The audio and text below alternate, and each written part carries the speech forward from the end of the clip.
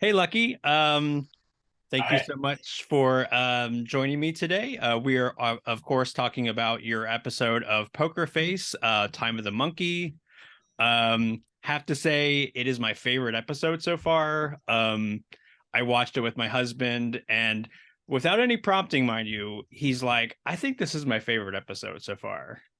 And I was I like, "Yeah." like to hear that. That's really sweet. It's a Um, fun show, and what's neat about the show is, the format, the mystery of the week format, and the kind of it's almost like an anthology in a way. Everybody has a different favorite, which is so cool. yeah, and There's a I lot, was a lot of different flavors. Yeah, it's so funny because I was like saying like it's kind of like a updated Murder She Wrote. Like Totally. I think people that dig that show would like it, and I think people that um I I'm very much aware of Murder She Wrote being of a certain age, but it never really kind of like spoke to me to watch it. So Yeah.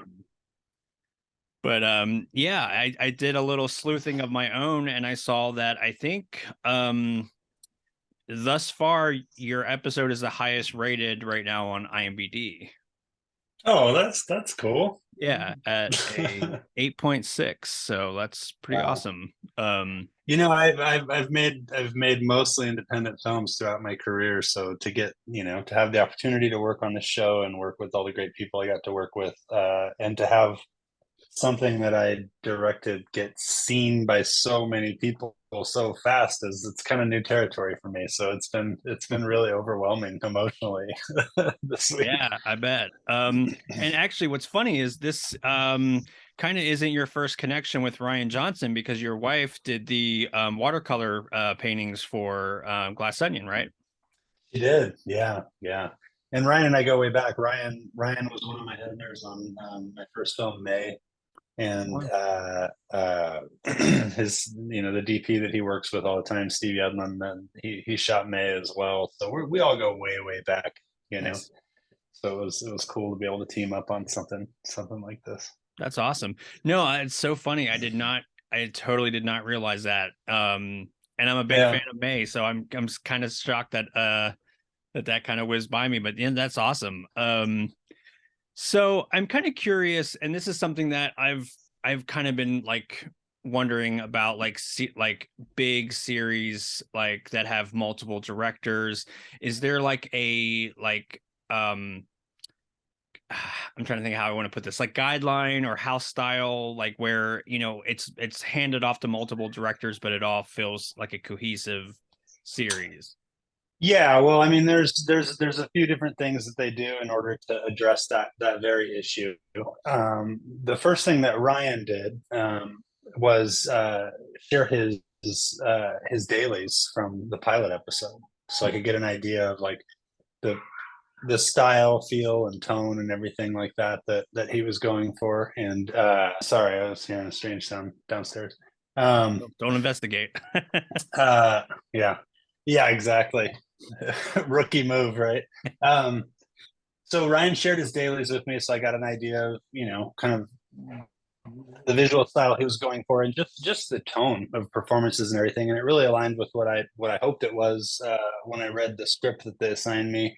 And then, at a certain point in prep, you have what's called a tone meeting with the showrunners and the writer and everything. And what you do in a tone meeting is you go through every scene in the script, and talk about it and make sure that everybody's on the same page about what the goal is with a given scene or a given moment, just kind of like the overall feel of the show. So television is much more of a team sport than features has been for me, which was a relief in a lot of ways. You have a lot of support around you, and as a director for hire coming into a show like that, I mean, you're like a component being put into a machine that's already working. Like when I got there, they were 3 or 4 episodes deep. So they all had a feel for it, and the crew was all used to each other. So I was the new guy coming in, me and the cast, because it's a new cast every episode.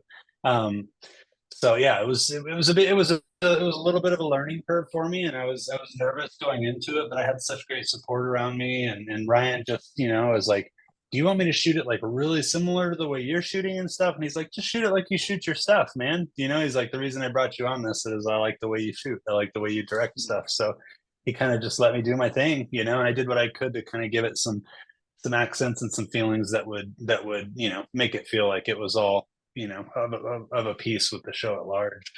So it was really fun. Yeah, it definitely feels cohesive, but there are little touches that I feel kind of have much more of a mood. I know there's just certain shots that are very not horror like, but are very like atmospheric. Yeah. I could tell is kind of your thing. Can't help it. No, that's a good thing. I mean, yeah, there's a certain certain type of humor too, that always seems to just kind of naturally come out when I make stuff. But thankfully, that really aligns with Ryan's approach to humor, which is the straighter you play everything, the funnier it becomes. It's like if you get kind of too broad, no matter how outlandish the material is, or you play it, the characters are playing it as real as possible. The funnier it gets. So. Yeah, I mean, I totally get that, because you do have these very big bombastic moments, of course, like I want to get a little bit more into the cast, but like the stuff with like Judith Light flicking the guy off at the beginning, like the orderly. Also, it was kind of funny. I won't bore you with any war stories, but I worked at a nursing home for 5 years. Okay. It was really something. I always say, like, it's one of those jobs that if you're working at it for a long enough time, it will fundamentally like change your outlook on. I'm sure. It's very surreal, but yeah. So I was like, oh yeah, like that's such a familiar setting, because I feel like I kind of live that almost 24/7. So. Yeah, and this, we shot in a real retirement community actually, and a lot of the extras in the show and everything were people that lived there, and this place was nice. I mean, me and half the crew were like, hell, should we move in here when this is over? This is this place was really really nice. It was definitely on the upper scale of those kind of facilities, because I'd visited retirement homes, over the years to visit old friends or family members or everything, and I'd seen some pretty low rent ones, and I saw some really really fancy ones. So yeah, it leaves an impression. I imagine working at a place like that day to day would really kind of change the way you look at people in general, because I think that our elderly too often get discarded and are undervalued for how much they have in them that they can share with us. Oh, absolutely. Like it's kind of funny, because like one of the coolest things was just like hearing their stories and just how like awesome a lot of these people were, and like it's just incredible. I will say, yeah, and while we were shooting between takes and between setups, I mean, a few times I ran into some of the people that lived in the facility. I met a woman that was like 103 years old. Wow. And talked to another lady who just was telling me amazing stories, and yeah, it was neat. It was a neat environment to be in. We had a lady who had just turned 104, and wow. Everybody called her mama, and boy, I'll just say she was very she loved the men. I'll just say that. Yeah, so we'll leave it at that. Good for her, man. Yeah, listen, I could only wish. So but yeah, so I of course you have such an amazing cast. Yeah, I was lucky. Just incredible. I mean, what was it like working with people like Judith Light? It was funny, because I was like, Kay Callan looks so familiar, and then I was like, oh, she was Martha Clark, and then I looked up and I was like, oh, she's great. She was in Knives Out as great. Yeah. Oh man, Judith was just a delightful person, and obviously just an insanely great actress. And Essie Payton Murkison also. I mean, those two ladies together was just I couldn't have I don't know, I couldn't have been more fortunate to have the two of them. They were both, not only just great examples of human beings, but also just so skilled and so effortless at what they do that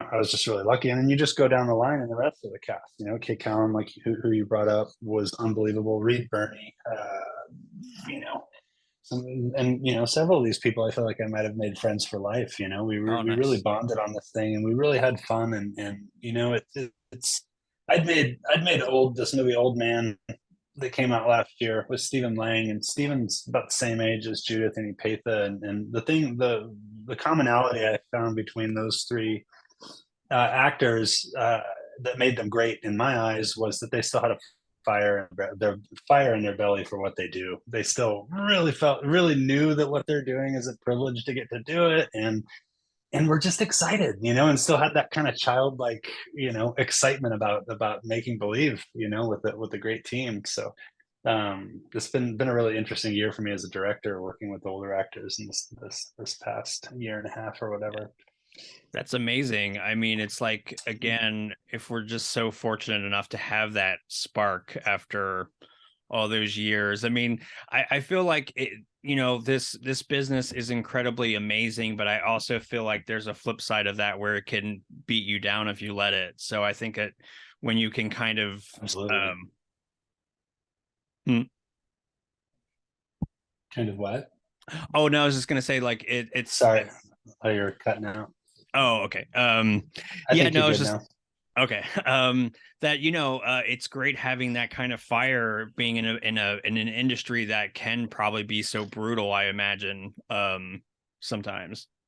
Yeah, and it's brutal for different reasons too. There's people that have been at it for so long that they're kind of, they're just they don't appreciate it as much anymore, and they take it for granted a little bit, and that's unfortunate.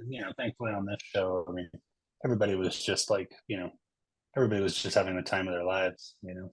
So, Yeah. um, but yeah, you can run into some people that will just zap the fun out of everything just because they're miserable for some reason or another, which is Yeah, unfortunate. that's a shame. Yeah. I have to say, I also love how your episode has Charlie just very easily slipping into old lady mode. Yeah. Like there's that Isn't scene that where great?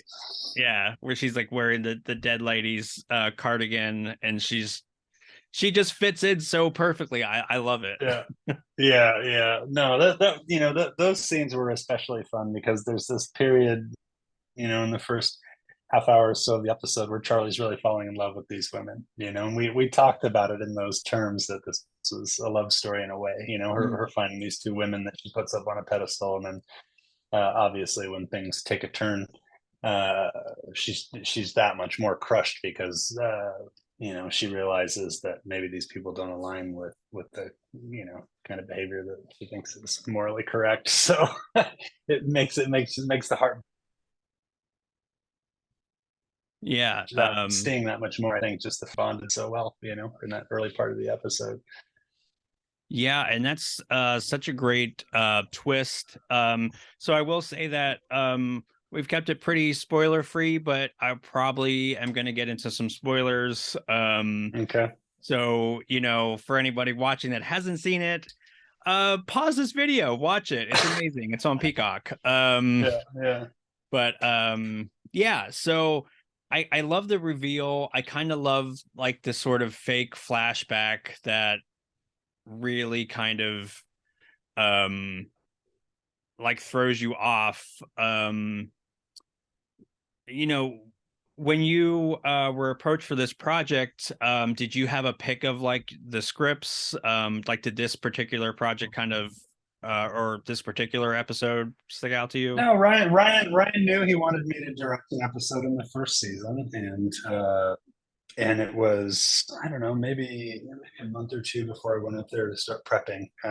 He let me read all of the scripts that were done at that point. I read I think 8 or 9 scripts, and I knew which ones I liked, but it was really about Ryan. It's almost for him. It's he's not only casting all of the actors and everything, but he's casting these directors for stuff that he thinks plays to their strengths, or that puts them in an area where he thinks that they maybe don't even know that they can excel in, and there it was down to, 2 or 3 different possibilities, and then he landed on this retirement home one, and I was just thrilled because I really really loved the writer of that episode. He also wrote the barbecue episode, Mm. which I thought was a phenomenal script. And then, I got assigned this one, which was written by Wyatt and another writer from the writers' room, Charlie Peppers. And man, these guys just,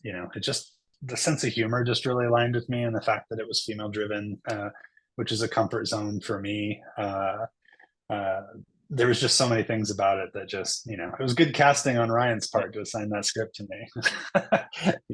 Yeah. Again, great episode. I love the action. Is it fun to direct action? Is that something that you innately kind of like? It is really fun. It's really fun to work with a great stunt coordinator and stunt performers. And they had just killer people on Poker Face. And to I when I got the script, I knew that.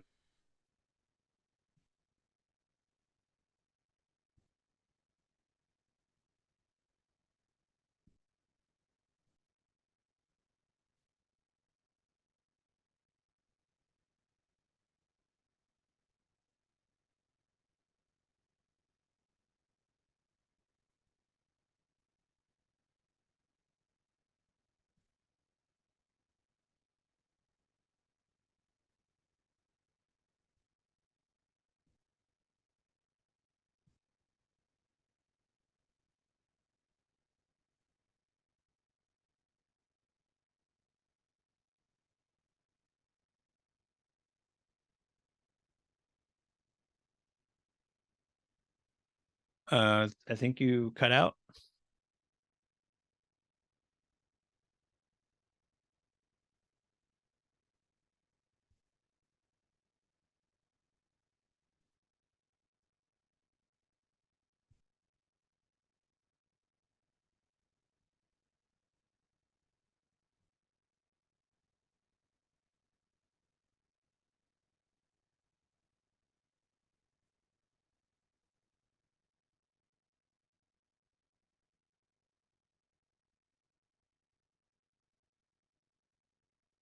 Oh, there you are.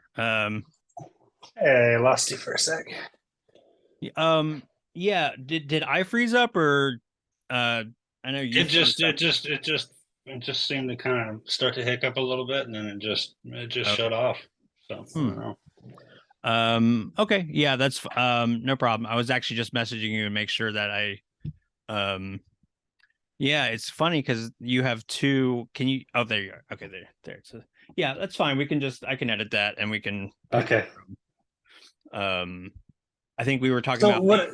Yeah. Yeah, we're talking about the fight scene, and what I wanted to make sure that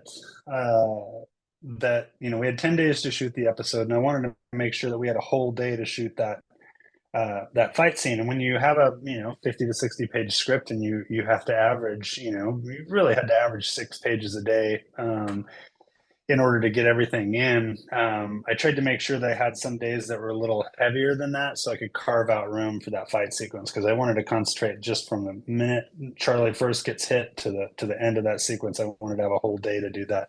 And even then, there was great concern with the AD department and everybody that we could actually pull all of that off in a single day. But I storyboarded the entire episode myself, and I storyboarded, every shot and every cut of that fight sequence, and then they hired a real storyboard artist to make a really really pretty versions of my storyboards. And then we got to the day of shooting that fight sequence, and the AD, who's first AD'd a lot of stuff like Punisher and Daredevil and stuff like that, where they do a lot of complex fight stuff. He had all of the storyboards printed up and put on a big whiteboard. And every time we did a shot, we would cross the storyboard out, and we just kind of jammed through the day that way. And we had, Nice. really, really great camera operators and a brilliant stunt team, and 3 actors that were game to get down in the dirt and throw punches and bite each other and break things over each other's heads and everything. It That's was great. so fun. It was so fun. It was just a thrill. When you're shooting stuff like that, you feel like a little kid. Nice. And it's so funny because I mean, again, you have these wonderful veteran actors, again, like Judith Light being so unabashedly kind of cheeky and Yeah. I mean, I was like, it's funny because again, I was watching with my husband and I was like, how did they get through any of these takes without like just busting up? There was a lot of laughter on that set for sure. And Judith and Ipeta were kind of making fun of me in a totally good natured way towards the end, because I would be like, most of the takes wouldn't be calling cut. They'd just hear me laughing, They're just like, oh God, I love it when Lucky laughs like that. But yeah, the thing that was really attractive to this episode for Judith and Ipeta was the fact that they don't get do stuff like this very often. They don't get to fight and curse and be, badasses and be bad guys and do all this kind of stuff. So, I mean, Ipetha told me that one of the first things she told me is she was like, I get to say motherfucker on TV. I'm in. She was really excited about it. And Nice. she's one of the finest people at cursing that I've ever heard in my life. I just love listening to that woman Yeah. curse. It's just such a beautiful thing. It's got such a musicality about it. So It's funny because one of the notes that I took for this was like, she's giving me Pam Grier. yeah. Like, and of Yeah. course the best possible way, like amazing. Yeah, I can see that. I can see that. Yeah. But Yeah. yeah, that was a lot of fun. Like, what are some of the like what's one of the standout kind of behind the scenes moment that you experienced from this? Like what's one of like your The big there's a couple, but the biggest standout for me is the scene where Joyce and Irene are basically, trying to figure out if Charlie's a rat, and they're just sitting at a table, and they ask her if she's a rat, and Charlie's like, "I'm not a rat," and just that whole scene where Charlie's heart gets broken, and she realizes these 2 women have done some pretty unforgivable things in the past, and just to see her going through that feeling of watching your heroes kind of crumble right before your eyes and realizing that there's something rotten under there, that just felt like magic when we were shooting it. I felt like it's almost like something from a gangster movie or something like that. It feels like something out of like Goodfellas or The Departed or something. Just this idea of like, that mistrust that's taking place, and are you a rat? Are you wearing a wire? And Charlie's like, wait a second, you're the assholes. Like that whole sequence was. I mean, we knew there was something special taking place there when we were filming it. And all 3 ladies were just magnificent in that scene. Very, very subtle performances, but yeah. but really, really landed it. And that's what I think is one of the things that's so great about this episode is like you have stuff that's so outrageous, but then you have like these weightier moments that really anchor that. Yeah, and there's another scene that takes place at that same table where Gabriel basically admits to the 2 ladies that he betrayed them 30 years ago, um, or 50 years ago, and that was another one where there was a lot of tears in a lot of people's eyes when we kind of got to the end of his confession and everything, and that seeing those women realizing this guy totally betrayed us, we're going to have to do something about it, but masking the mask that they put over that, it's just really, really fine acting, man. And when Oh you've got yeah. actors like that, you just try to get the camera in the right place to catch it, because their instincts are just right on the button. Yeah, like when Gabriel, like the moment that he sees them, I mean, just the look on his face is just like it looks like he's just on the verge of tears. Like Yeah. it's such good acting. I'm like, how do people like the fact that people can just turn that on and off is incredible to me. Yeah, and the impression that Reed Birney makes, and just the few scenes that he's in, like that, like you said, that introduction scene, and then there's this really lovely exchange that he has with Charlie when he first gets shown his room at the retirement community. It's really sad and bleak, and then you follow that with this scene where he confesses these two women that he loved, that he betrayed them. I mean, it was very emotional, and Reed also came in and just nailed it on the first take too. We did two takes just because like we just felt obligated to do two takes, but he nailed it in the first one. It's like we would have been just fine, but yeah, I mean, when you have actors like that placed in front of you, it's hard to go wrong. Yeah. Now you said you shot this in 10 days. Yeah. Now how does that like compared to like your films? Because I know, well, what's funny about that is uh the type of films that the lower budget kind of independent films that I've been making, especially the last 10 years with really short schedules, really prepared me to work in television because of that accelerated pace. And it's like everybody's worried, how are we going to shoot all this stuff in 10 days? I'm like, well, I just shot my last feature in 15 days, and that was 90 pages. So it's like 55 pages or 60 pages or whatever in 10 days wasn't scary to me, because I'd learned a lot of tricks of the trade. And plus, when you're working on a big television show like that, there's a lot more resources, there's a lot more manpower, there's a lot more gear, there's just you have a lot more at your disposal, and the thing that I really loved about working on this show in particular was being able to shoot with two cameras, which I've done very, very few times, and only in specific cases, like on films in the past. But to do a whole shoot and have two cameras running, and figuring out how to use two cameras with them without making it feel like it's a two camera shoot, and trying to like not just be shooting like two people singles at the same time, but to be shooting like a really, really cool profile angle, and then getting a low angle two shot, and trying to make sure that no matter what, even if you have two cameras running at the same time, that each shot is extremely cinematic, and that the B camera doesn't just feel like just coverage, if that makes any sense. So that was a really cool new tool that ended up in my tool belt as a result of working on the show. And man, just anything I do in the future, if I can have two cameras, it's just the way to go. nice. And you move a lot faster too.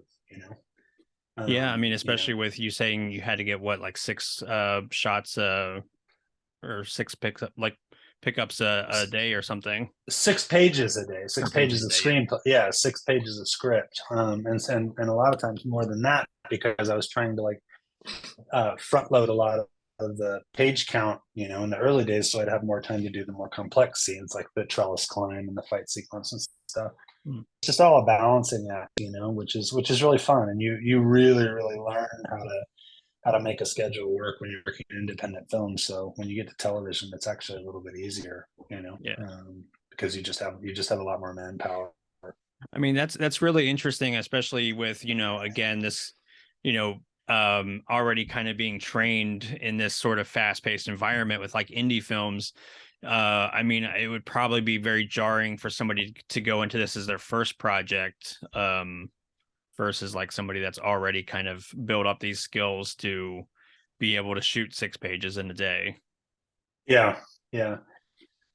It's just something you learn by doing it, and like I said, when Ryan, when I asked him, is there any particular way that you want me to shoot this, or any particular style? He said, just shoot it like you shoot your stuff. So I just shot it like I shoot my movies, man. Like I treated it the same way, which was, it was awesome that he gave me that freedom, but again, like I said, I was still trying to honor what he created and making sure that I was getting the right tone and feel, Yeah. but And that's what's cool about the show. now did you because I know do you said you had a good time doing this. Do you think that you'd want to do more TV shows, or would you ever want to maybe like I would love to do as much television as possible. It's so fun. They're short time commitments, and they keep you really, really sharp. They're it's just a really fun team sport, like I said. And it's like if I got to a place where I was able to do an episode or two of television a year, I would have the rest of that year to work on the stuff that means the most to me, while staying sharp and working, getting better at working with different kinds of personalities, and also, I joked with Ryan that this episode of television is kind of the first time I've directed anything that has a plot. because it's a mystery show, and it's got the problem solving aspect, and it has a real plot. Most of my movies have been mostly just really, really heavily character driven. They kind of float float around, but just having this, a great Yeah, and that's funny because I think one of the things. learning curve. Hmm. I'm sorry, I'm not sure what's going on with I don't know if it's my internet, but sometimes it gets a little laggy. I don't know. Apologize. Mine says it has a full signal. Yeah. Check and see. Yeah, no, that's fine. I'm in the office, and sometimes the internet's really good, and sometimes it can throw a fit. Like you still today. There? Mm-hmm. Oh, yep. Okay, let me try moving. Let me try moving my iPad here. I'm checking my signal's super good right now. So there we go. Okay. Yeah, let me. That makes a difference. Yeah, I can. If it's still a little problematic, I can try to switch to a different Wi-Fi thing. But yeah, I'm getting all signals too. I don't know. But mysteries of technology. Yeah, gotta love it. So yeah, actually, would something like having your own show be something you'd be interested in someday, if like you could show run and occasionally direct? Yeah, it would. I would want to do a show, but I wonder. The only thing I wonder about it is how could I do it without wanting to direct every single episode, which Ryan was definitely conflicted about, because this thing is his baby, it's his creation. I think part of the reason he wanted to bring me on was that he trusted me, and we went way back, and we really understood each other's sensibilities, and there's a trust there that really helped. Natasha directed an episode, and the other directors he got are fantastic, especially Ian McDonald, who did the barbecue episode. I just think that's just marvelously directed piece of television, but for me, making I would like to make my own show, but I wonder whether or not I would be able to welcome other directors. Give up the reins a little bit. But I don't know. But I mean, the reason I like making movies is collaborating with people. So it would be a new frontier. So that would probably be really exciting, and I can think of some directors off the top of my head, like Jovanka Vukovic, who's a good friend of mine, and I can think in Chris Sievertson, and there's a lot of people that would get something that would come out of my weird brain, I think. So who knows? We'll see. I think I don't think I can really consider doing, trying to make my own series until I've worked on other people's shows a few times and learned the ropes a little bit more. I think, I know we have kind of a glut of really great horror anthologies, but I think something like that would be kind of amazing, like with some of these. Well, Guillermo did it with Cabinet of Curiosities, which I think is marvelous, and it really made me pine for the days of Masters of Horror, because it's like, God, it's like, I wonder if Masters of Horror wouldn't have been more successful now in the streaming age. Well, I think it would. Who knows? I mean, they reboot everything. That's true. Gosh, wouldn't that be great? That was a special show too. I have to say, I mean, that show came on at such a formidable time for me, because I was like really, like, I've been a horror, like just a movie fan in general for like as long as I can remember, but like I'm sure you can relate where certain things just hits you at such a great time and place in your life. So like you know, just like with Discovering May, I remember like being like pretty much just freshly out of high school, loving it, recognizing all the creativity and like how you can make something so cool on not a huge, you know, Hollywood budget. Yeah. Yeah. Um, Oh man, that's nice to hear. yeah. Like, so I don't want to keep you all day, but Okay. I mean, yeah, because I mean, I could talk like you know, like you, I get so excited talking about stuff like this. I could talk for hours, but I won't.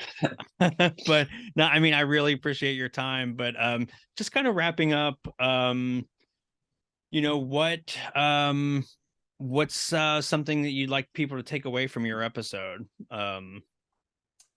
Uh, just that it's just a wonderful celebration of some really brilliant actors and creatives. You know, like I keep pinching myself that I even got to work on a show of this caliber. And I really enjoyed my experience of working with each and every person, you know. So I hope they see that it was made with a lot of love. I hope that comes across, you know. And you know, I hope people keep. I hope, you know. I love the positive, just all the positivity and encouragement and warmth that's coming from people that are watching the episode, and I really hope that this all leads to a spin-off series starring Joyce and Irene. Yes. All right. I would love that. Yeah. Yeah. Listen, put it out in the universe.